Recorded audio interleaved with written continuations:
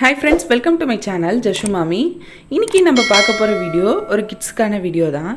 Oats தேவையான அளவுக்கு எடுத்துக்கோங்க. ஆப்பிள் வந்து நல்லா துருவி எடுத்துர்க்கேன். 5 நிமிஷம் ஆனோனவே அதோட கலர் மாறிடுச்சுங்க. சோ நீங்க கரெக்ட்டா துருவி எடுத்துக்கோங்க. தேவையான அளவுக்கு தண்ணி ஊத்திட்டு ஒரு 3 ல இருந்து 4 ஸ்பூன் வரைக்கும் ஓட்ஸை வந்து அதில் சேர்த்துக்கலாம். இது வந்து ஒரு 5 மினிட்ஸ் 3 மினிட்ஸ் to 5 மினிட்ஸ்க்குள்ள குக் ஆயிடும். சோ குக் ஆகட்டும். இந்த டைம்ல கொஞ்சம் நல்லா நீங்கள் இந்த டைமில் கூட வந்து அந்த ஆப்பிளை திருவிக்கலாம். ஏன்னா டக்குன்னு கலர் சேஞ்ச் ஆகிடுது, அதனால தான் சொல்கிறேன். நல்லா குக் ஆனோடனே அந்த ஆப்பிளை வந்து இதில் மிக்ஸ் பண்ணிவிடுங்க. மிக்ஸ் பண்ணிவிட்டு நல்லா கலந்து விட்டுக்கலாம்.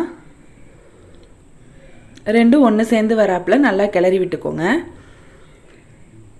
நெக்ஸ்ட்டு நம்ம 6 மந்த் பேபிலேருந்து கொடுக்குறதா இருந்தால் சர்க்கரையோ உப்போ நம்ம கொஞ்சமாக தான் ஆட் பண்ணணும். மேக்ஸிமம் ஆட் பண்ணாமல் இருக்கிறதே நல்லது. ஸோ வந்து நான் என் பையனுக்கு 2 வயசு ஆகிடுச்சு, அதனால் நான் வந்து நாட்டு சர்க்கரை கொஞ்சம் ஆட் பண்ணிக்கிறேன். ஒயிட் சுகர் ஆட் பண்ணாதீங்க.